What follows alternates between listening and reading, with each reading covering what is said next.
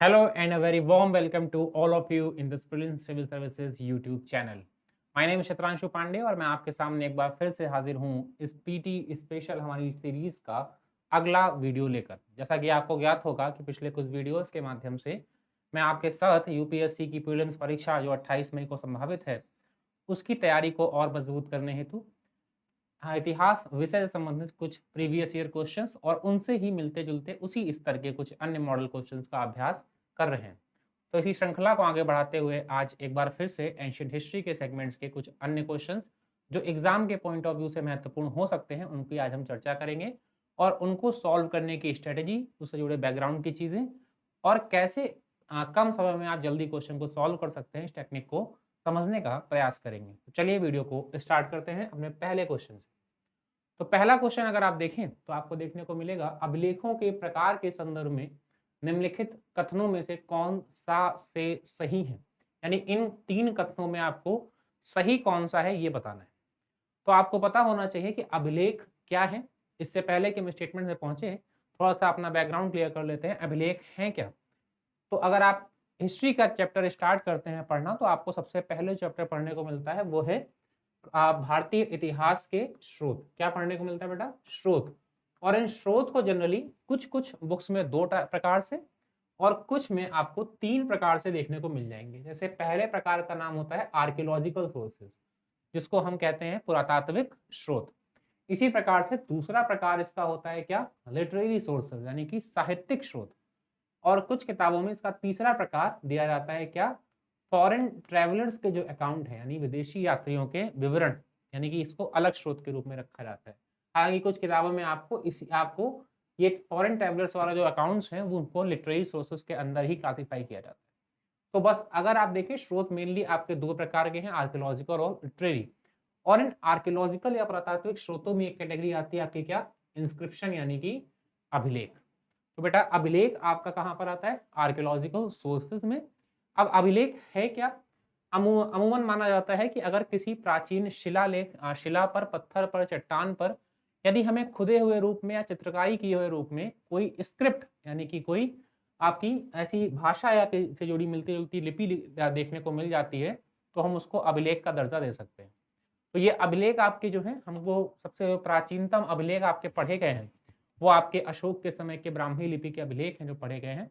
हालांकि हमें अभिलेखों का इतिहास बहुत ही प्राचीन है। बोगस का ईरान का अभिलेख हमको मिलता है जो लगभग 1400 बीसी के आसपास तक जाता है उसका इतिहास। तो वहां से चला आ रहा है। उसके बाद सबसे फेमस जो इंडिया में अभिलेख हैं वो किसके हैं? एंशियंट हिस्ट्री के अशोक के अभिलेख। और इसके बाद ये सिलसिला आगे तक चलता चला आ रहा है। तो इन्हीं अभिलेखों पर ये क्वेश्चन आपसे पूछा गया। चलिए डिस्कस करते हैं स्टेटमेंट्स पर। सम्राट अशोक के अभिलेखों में जनता और अधिकारियों के लिए राज्यादेश जारी किए जाते थे। तो क्या यह बात सही है बेटा? तो ये बात बिल्कुल सही है। आज सम्राट अशोक के जो भी हमको अभिलेख मिले हैं, चाहे वो 14 बड़े शिलालेख मिले हों या वो छोटे 7-8 स्तंभ लेख मिले हों, ये सारे अभिलेखों में कहीं ना कहीं आपको राजा के द्वारा अपने अधिकारियों को, अपनी प्रजा को दिए गए जो आदेश होते थे या उनसे जो भी चीजें उनके होती थी उनको जारी किया जाता था। तो ये स्टेटमेंट क्या हो जाएगा? बहुत सिंपल सा स्टेटमेंट है, सही है। अगला स्टेटमेंट अगर हम देखें तो बौद्ध, जैन और वैष्णव संप्रदायों ने आनुष्ठानिक अभिलेख बनवाए थे। कौन से अभिलेख? अनुष्ठानिक अभिलेख। तो यहां पर अगर आप देखेंगे तो बौद्ध, जैन और वैष्णव संप्रदाय ने क्या अनुष्ठानिक अभिलेख बनवाए थे? तो एक बार फिर से स्टेटमेंट क्या हो जाएगा? सही हो जाएगा कि हमको कई जगह ऐसे धार्मिक अभिलेख भी दिखाई पड़ जाते हैं जहां पर अनुष्ठान कैसे किया जाना है या कैसे और कब किया जाना है इनकी जानकारी देखने को मिल जाती है। तो ये स्टेटमेंट भी क्या है बेटा? सही है। अगला स्टेटमेंट है प्रयाग प्रशस्ति राजाओं की गुण और कीर्तियों की प्रशंसा के अभिलेखों का उदाहरण। प्रयाग प्रशस्ति ये अपने आप में एक टॉपिक है। प्रयाग प्रशस्ति का मतलब है प्रयाग में पाए गए अभिलेख, यानी जिसे हम अभी इलाहाबाद या प्रयागराज के नाम से जानते हैं। यहाँ पर जो अभिलेख पाया गया है ये राजाओं के गुण और कीर्तियों की प्रशंसा का उदाहरण है। तो आपको ज्ञात होना चाहिए कि प्रयाग प्रशस्ति अभिलेख है ये मौर्य काल से लेकर, ये बनवाया तो खैर अशोक के द्वारा ही गया था। हालांकि वहां पर मौर्य काल के शासकों और इसके बाद गुप्त काल तक के शासकों की जानकारी हमको देखने को मिलती है। और ये प्रयाग प्रशस्ति अभिलेख ही बेटा हमको किसकी जानकारी देता है? समुद्रगुप्त के विजय अभियानों की जानकारी देता है। तो कहीं ना कहीं ये बात भी सच है कि समुद्रगुप्त के मंत्री जो थे उसने हरिशेन ने इसका निर्माण करवाया और इसमें समुद्रगुप्त के विजय अभियानों की जानकारी दी। तो ये प्रशंसा और उनकी कीर्तियों के लिए, उनके गुणों को बताने के लिए उल्लेखित किए जाते थे, बनवाए जाते थे। तो इस प्रकार से ये स्टेटमेंट भी बेटा अब क्या हो जाएगा, सही हो जाएगा। तो कुल मिलाकर अभिलेखों के बारे में दिए गए तीनों स्टेटमेंट क्या है, सही है। इसलिए इसका आंसर क्या होगा, 1, 2 और 3। तो इसका आंसर हो जाएगा क्या, डी। तो इस तरह से अगर आप क्वेश्चन को हल करेंगे, उसके बैकग्राउंड को समझेंगे, रटने का प्रयास नहीं करेंगे, चीजों को समझने का प्रयास करेंगे, तो आप जल्दी ही इसका उत्तर निकाल पाएंगे। तो चलिए अगला क्वेश्चन देखते हैं हम। अगला क्वेश्चन है, भारतीय इतिहास के साहित्यिक स्रोतों के संदर्भ में निम्नलिखित कथनों में कौन सा से सही है। तो अभी जस्ट मैंने आपको बताया था पहले क्वेश्चन के इलैबोरेशन में कि हमारे स्रोत मुख्य रूप से कितने प्रकार के हैं, 2 प्रकार के, पुरातात्विक और साहित्यिक। पुरातात्विक स्रोत में आपके वो सारी चीजें जो फिजिकल फॉर्म में आपकी मौजूद है, हालांकि साहित्य भी फिजिकल फॉर्म में रहता है, लेकिन इसे हम मानते हैं कि लिखित रूप में प्राप्त होता है। जबकि अन्य वो चीजें जो हमको प्राचीन काल की जानकारी देती हैं, इतिहास की जानकारी देती हैं, जैसे आपके भवन हो गए, स्मारक हो गए, या कोई छोटी सी अंगूठी भी हो गई, तो वो सारी चीजें किसमें आ जाती हैं, आपके पुरातात्विक स्रोतों में। जबकि साहित्यिक स्रोत जो हमको लिखित रूप में प्राप्त होते हैं। अब इन पर आपको विचार करना है। चलिए देखते हैं। जातक कथाएं बुद्धकालीन राजनीतिक घटनाओं की जानकारी देती है। तो जातक कथाएं जो है वो किसकी जानकारी देती है, बुद्ध काल की राजनीतिक घटनाओं। क्या ये सही है या गलत है? ये स्टेटमेंट बेटा बिल्कुल सही है, क्योंकि जो बुद्ध काल के स्रोत हैं या महात्मा बुद्ध संबंधी जो आपको साहित्यिक स्रोत देखने को मिलेंगे, तो उनके समय के मुख्य स्रोतों में आपको एक स्रोत मिल जाएगा, क्या, पिटक साहित्य। इनको त्रिपिटक भी कहा जाता है, क्योंकि ये संख्या में कितने बेटा, यानी 3 है। तो त्रिपिटक की जानकारी आपको देखने को मिल जाएगी। और त्रिपिटक में आपका जो 3 नाम है वो है कौन कौन से, सुत्त पिटक, दूसरा विनय पिटक, और तीसरा अभिधम्म पिटक। ये बहुत इंपॉर्टेंट है तीनों बौद्धकालीन या बुद्ध के साहित्यों में। इन पिटक साहित्यों के अलावा आपको एक और कैटेगरी मिलती है, वो है कौन सी, बुद्धकालीन जातक कथाएं। ये जातक कथाएं मुख्य रूप से महात्मा बुद्ध के जीवन की जानकारी देती हैं, उनके जीवन में हुए छोटे बड़े इंसिडेंट्स को प्रसंग के रूप में प्रस्तुत करती हैं, जिससे हमको उस समय की राजनीतिक घटनाओं की जानकारी भी प्राप्त हो जाती है। जैसे फर्ज कीजिए, अगर महात्मा बुद्ध के विषय में परिचर्चा की जा रही है, तो मतलब उनके पिता के बारे में चर्चा की जा रही है, जो उस समय के क्या थे, एक बहुत बड़े शासक थे, राजा थे। तो ऐसे में राजनीति की भी चर्चा कहीं ना कहीं इसमें की गई होगी। तो ये स्टेटमेंट क्या हो गया बेटा, सही हो गया। कौटिल्य द्वारा रचित अर्थशास्त्र मुख्यतः एक आर्थिक ग्रंथ है। तो यहाँ पर कह रहा है कि जो अर्थशास्त्र है जो कौटिल्य ने लिखा है वो क्या है, एक आर्थिक ग्रंथ। तो एक एक चीज पर हम बारीकी से देखेंगे। कौटिल्य मतलब विष्णुगुप्त, मतलब आपका चाणक्य, वही चाणक्य जिसने चंद्रगुप्त मौर्य की हेल्प की थी, सहायता की थी एक विशाल मौर्य साम्राज्य की स्थापना करने में, धनानंद को मारने में। यही चाणक्य, यही कौटिल्य या विष्णुगुप्त आगे चलकर एक ग्रंथ लिखता है जिसका नाम रखता है अर्थशास्त्र, जो हमें आज भी प्राप्त है। ये अर्थशास्त्र मुख्य रूप से जो है, भले ही इसका नाम अर्थशास्त्र हो, जिसको आप इंग्लिश में इकोनॉमी समझते हैं, लेकिन ये एक आर्थिक ग्रंथ नहीं है। मतलब ये मौर्य काल की अर्थव्यवस्था की जानकारी अवश्य देता है, लेकिन मुख्यतः ये अर्थव्यवस्था का ग्रंथ नहीं है, बल्कि ये क्या है, ये कौटिल्य ने एक शासक को, जो कि अपने एक शिष्य चंद्रगुप्त मौर्य को गाइड करते हुए लिखा है कि क्या क्या चीजें करनी चाहिए, क्या क्या चीजें नहीं करनी चाहिए, और किस तरह से राजनीति करनी चाहिए, किस तरह से शासन करना चाहिए, किस तरह जनता का सहयोग करना चाहिए या सहयोग लेना चाहिए। इन चीजों की जानकारी देते हुए अपने शिष्यों को जानकारी दी है, शिक्षा दी है। और ये मुख्य रूप से किसका ग्रंथ है, राजनीति विज्ञान का ग्रंथ है, पॉलिटिकल साइंस का ग्रंथ है, ना कि ये अर्थशास्त्र यानी कि इकोनॉमिक्स का ग्रंथ है। तो ये नाम के अनुरूप ना होकर इसके जो मुख्य चीजें हैं वो किसकी हैं, राजनीति विज्ञान। अगर ये मुख्यता शब्द यहाँ ना होता, तो अगर सिर्फ इतना होता कौटिल्य द्वारा रचित अर्थशास्त्र एक आर्थिक ग्रंथ है, तो हम इसको सही मान सकते। लेकिन मुख्यतः ये एक राजनीतिक ग्रंथ है, जबकि साथ में ये आर्थिक अर्थव्यवस्था की जानकारी भी दे रहा है, तो थोड़ा बहुत आर्थिक ग्रंथ भी हो गया। ठीक है, तो इस तरह से ये स्टेटमेंट क्या हो गया बेटा, गलत। तीसरा पोर्शन है, क्या कालिदास की रचनाओं में गुप्तकालीन उत्तरी और मध्य भारत के सामाजिक जीवन की जानकारी प्राप्त होती है। तो मतलब इसमें कहने का ये है कि जो कालिदास कवि थे, जिनको भारत का शेक्सपियर भी कहा जाता है, इनकी जो रचनाएं हैं इसमें मुख्य रूप से आपको गुप्तकाल की कई जानकारियां प्राप्त होती है। अगर हम उसको समराइज करें स्टेटमेंट को, तो ये बात सही है। कालिदास का अगर हम बात करें, तो कालिदास का जो संबंध है, माना जाता है कि गुप्त वंश के जो सबसे महान शासक हुए समुद्रगुप्त, उनके जो बेटे हुए उनका नाम चंद्रगुप्त सेकंड नहीं चंद्रगुप्त विक्रमादित्य, इन्हीं के दरबार के रत्नों में से था। और कालिदास ने इन्हीं के दरबार में रहते हुए अनेक प्रसिद्ध भारत के कुछ सबसे प्रसिद्ध प्राचीन ग्रंथों की रचना की, जिनमें आपका अभिज्ञान शाकुंतलम हो गया प्रमुख रूप से, मालविकाग्निमित्रम हो गया, आपका रघुवंशम हो गया, मेघदूतम हो गया, ऋतु संहार हो गया। ये कुछ ऐसे प्रमुख ग्रंथ हैं जिनकी रचना किसने की? कालिदास ने। अब चूंकि गुप्त काल के ग्रंथ हैं और गुप्त काल में ही लिखे गए हैं, तो ऐसे में ये पूरी संभावना है कि ये उस समय की राजनीतिक व्यवस्था, आर्थिक व्यवस्था और सामाजिक व्यवस्था सभी की जानकारी आपको देंगे। तो ऐसे में गुप्त काल के उत्तरी और मध्य भारत की सामाजिक जीवन की जानकारी इसमें क्या होगी? मिलेगी। अभिज्ञान शाकुंतलम में प्रमुख रूप से समाज की जानकारी दी गई है। तो ये स्टेटमेंट बेटा क्या हो गया? सही हो गया। तो इस तरह से पहला और तीसरा स्टेटमेंट सही है, दूसरा क्या है? गलत है। तो उत्तर क्या हो जाएगा? सी, नंबर 3 इसका राइट आंसर है। सी सही उत्तर है, 1 और 3। तो इस तरह से हम इस प्रश्न को हल कर सकते हैं। अगले प्रश्न को अगर हम देखें तो भारतीय इतिहास के विदेशी विवरणों के संदर्भ में निम्नलिखित में से कौन सा कथन असत्य है, यानी कौन सा गलत कथन है, इसको आपको छांटना है, अलग करना है।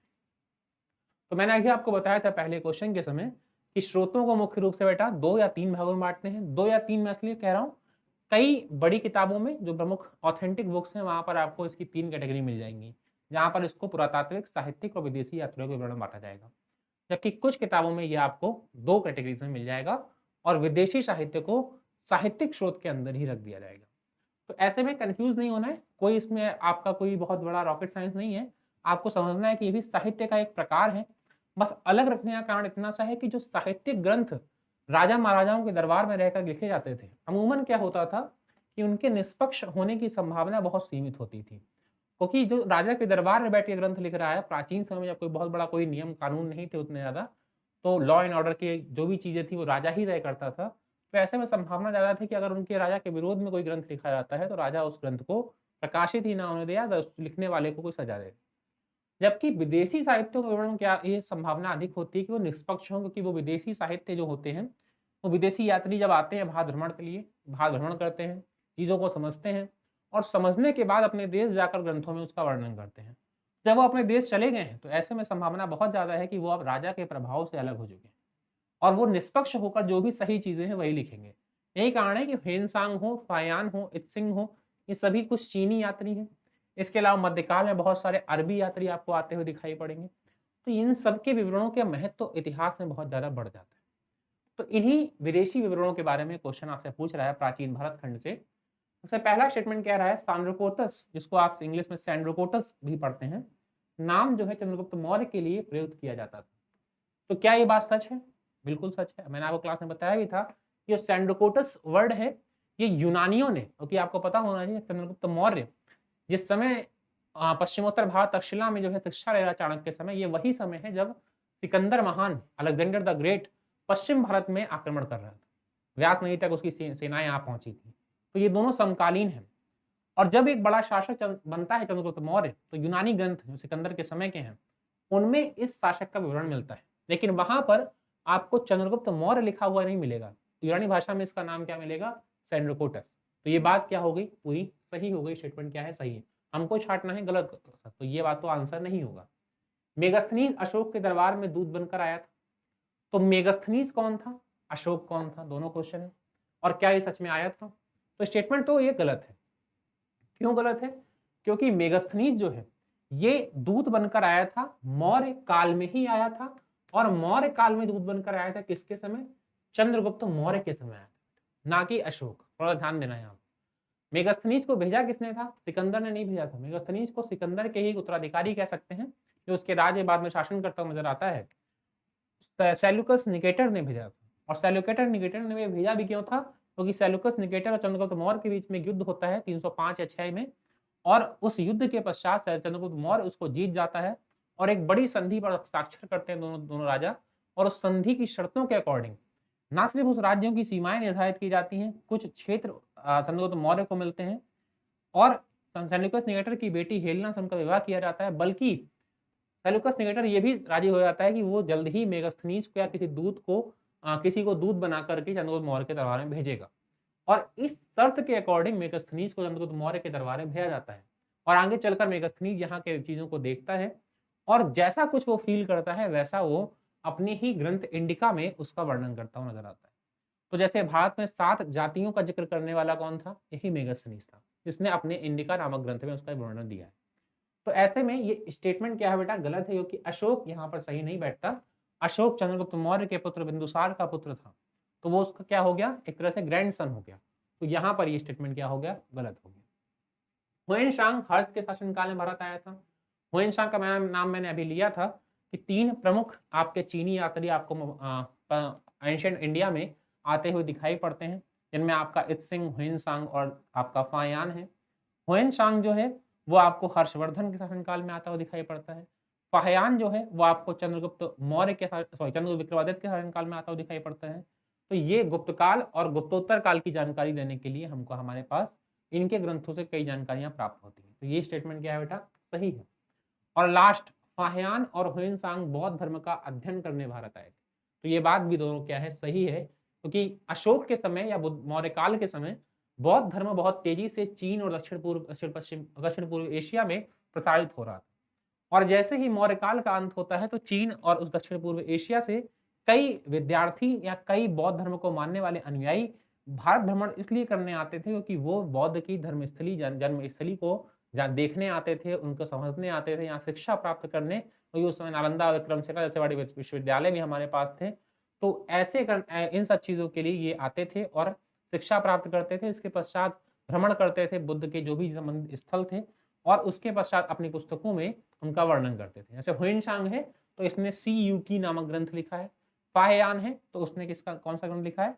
फा क्यों की ग्रंथ लिखा है। तो इसलिए स्टेटमेंट क्या है? सही है। तो इस प्रकार से अगर उत्तर आप देखेंगे तो कौन सा बन जाएगा बेटा? B is the right answer, क्योंकि ये स्टेटमेंट गलत है। राइट इसलिए क्योंकि स्टेटमेंट गलत है। और आपसे पूछा क्या है? कौन सा असत्य है? तो कौन सा असत्य हो गया? बी। चलिए बढ़ते हैं अगले क्वेश्चन पर। निम्नलिखित में से कौन सी लिपियां अशोक के अभिलेखों में प्रयुक्त हुई हैं? यानी अशोक के जो हमको अभिलेख प्राप्त होते हैं, डजंट मैटर इट इज शिलालेख या फिर आपके छोटे स्तंभ लेख हैं, इनमें कौन सी आपकी लिपि यूज हुई है, इसके बारे में आपसे क्वेश्चन पूछा गया। बहुत सिंपल सा फैक्चुअल क्वेश्चन है, बहुत ज़्यादा आपको सोचना विचारना नहीं है। अगर आपको पता है तो आपको पता होना चाहिए चीज़ कि ब्राह्मी, खरोष्टी और अमायिक लिपि, अरमाइक लिपि, ये गलत है, अरमाइक लिपि जो है, इन तीनों का प्रयोग हुआ था अशोक के अभिलेखों में। देवनागरी हिंदी की लिपि है जो बहुत बाद में विकसित हुई, गलत हो जाएगा। ग्रीक लिपि का प्रयोग वो क्यों ही करेगा? शारदा लिपि का प्रयोग वो नहीं करेगा, फिर से देवनागरी की लिपि का प्रयोग नहीं करेगा। तो अगर आपको याद है तो आप डायरेक्ट बी लगा सकते हैं, नहीं याद है तो आप एलिमिनेशन मेथड का यूज कर सकते हैं। कौन से उत्तर नहीं हो सकते हैं? अगर आप इसका यूज करेंगे तो देवनागरी वाले कट गए और ये ग्रीक वाला कट गया, आंसर क्या बच गया? बी। तो आप दोनों तरीके से उत्तर निकाल सकते हैं अगर आपको याद है या नहीं भी याद। चलिए आगे बढ़ते हैं। इसके बाद क्वेश्चन देखते हैं कि प्राचीन भारत के इतिहास के संदर्भ में निम्नलिखित कथनों में से कौन सा असत्य है। फिर से एक बार हमको रॉन्ग स्टेटमेंट को अलग करना है। चलिए देखते हैं स्टेटमेंट क्या है। प्राचीन काल में प्राकृत भाषा देश भर की संपर्क भाषा का कार्य करती थी।